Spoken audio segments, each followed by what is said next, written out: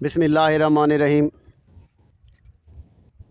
آج پروگرام کا آغاز جو ہم کر رہے ہیں، جماعت اسلامی کے ابھرتے ہوئے دو لیڈر ایم پی اے کی سیٹ پر شعیب خان مزاری اور ایم این اے کی سیٹ پر مجیب خان مزاری، یہ انشاءاللہ آپ کو آگے نظر آئیں گے، تو ان سے آج انٹرویو میں نے لینا ہے۔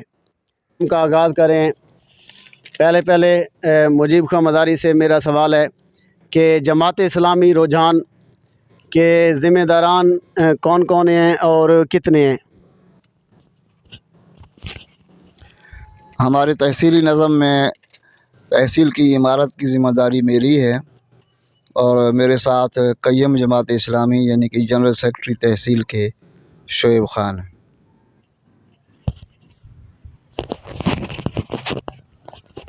اچھا، ارکان کی تعداد آپ بتا سکتے ہیں کتنے ارکان ہیں آپ کے جماعت اسلامی رجحان میں؟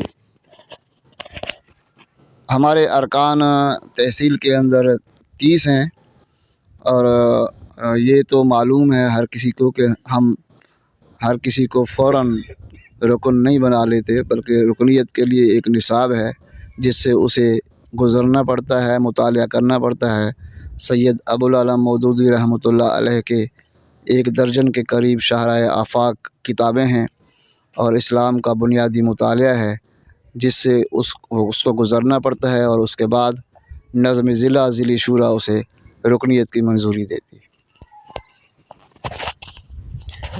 جماعت اسلامی رجحان سیاست کے میدان میں بہت پیچھے ہے، اس کی کیا وجوہات ہیں؟ جماعت اسلامی اس ملک کی دیرینہ جماعت ہے اور دینی تحریک بھی ہے۔ الحمدللہ جماعت اسلامی نے پورے ملک کے اندر سیاسی طور پر مختلف ادوار میں نمایاں کارکردگی دکھائی ہے۔ ہمارے 150 کے لگ بھگ صوبائی اسمبلی، قومی اسمبلی، سینٹ کے اندر لوگ رہے ہیں، اور ہر کس و ناکس نے اور انٹرنیشنل میڈیا نے ان کو ریسرچ کیا ہے۔ الحمدللہ ہر کسی کا دامن پاک صاف ہو کر اسمبلیوں سے باہر آئے ہیں، اور ابھی حالیہ دنوں کے اندر آپ نے دیکھا کراچی کے لوگوں نے مینڈیٹ دیا ہے، گوادر کے لوگوں نے مینڈیٹ دیا ہے۔ اب انشاءاللہ اس دفعہ جماعت نے طے کیا کہ پاکستان کے ہر سیٹ سے ہمارے نمائندے انتخابات لڑیں گے۔ یہ رجحان پنجاب کا پسماندہ ترین تحصیل اور دور دراز تحصیل، یہاں سے بھی ہم نے ان سیٹوں کو، صوبائی کو بھی اور این اے کی سیٹ کو بھی خالی نہیں چھوڑا، اور اس 6 مہینے کے سیلاب کی خدمت ہو یا بعد کے اندر لوگوں سے رابطے اور لوگوں کی دھڑ دھڑ رجحان اور شرکت بتا رہی ہے کہ انشاءاللہ اس الیکشن کے اندر جماعت اسلامی ترازو کے نشان پہ الیکشن لڑ رہی ہے دونوں سیٹوں پر۔ انشاءاللہ پچھلے سے ہمارے قدم بہت آگے بڑھیں گے اور امید افزا نتائج آئیں گے۔ اچھا، اکثر اوقات ہم نے دیکھا ہے کہ جماعت اسلامی رجحان میں جو رجحان کے شہری ہیں وہ سیاست کے میدان میں آپ کا ساتھ نہیں دیتے، اس کی کیا وجوہات ہیں؟ جنوبی پنجاب کے اندر آپ کو معلوم ہے کہ فیوڈلزم کی سیاست ہے، اور اسی بنیاد پر خاندان نسل در نسل الیکشن کے اندر آ رہی ہیں اور آگے بڑھ رہی ہیں۔ نظریاتی سیاست کو عمومی طور پر پاکستان کے اندر اتنی زیادہ پذیرائی نہیں ملی ہے، تو لیکن اب لوگوں کے اندر شعور آتا جا رہا ہے، اور نظریے کی بنیاد پر، خدمت کی بنیاد پر اور قومی ایشوز کی بنیاد پر لوگوں کو بھی آگے بڑھ کر اب ایسے نمائندے منتخب کرنے چاہیے کہ جو ملک و ملت کے خیر خواہ ہوں اور نظریاتی سرحدوں کے حفاظت کرنے والے ہوں اور قومی ایشوز پر قوم کی رہنمائی کرنے والے ہوں۔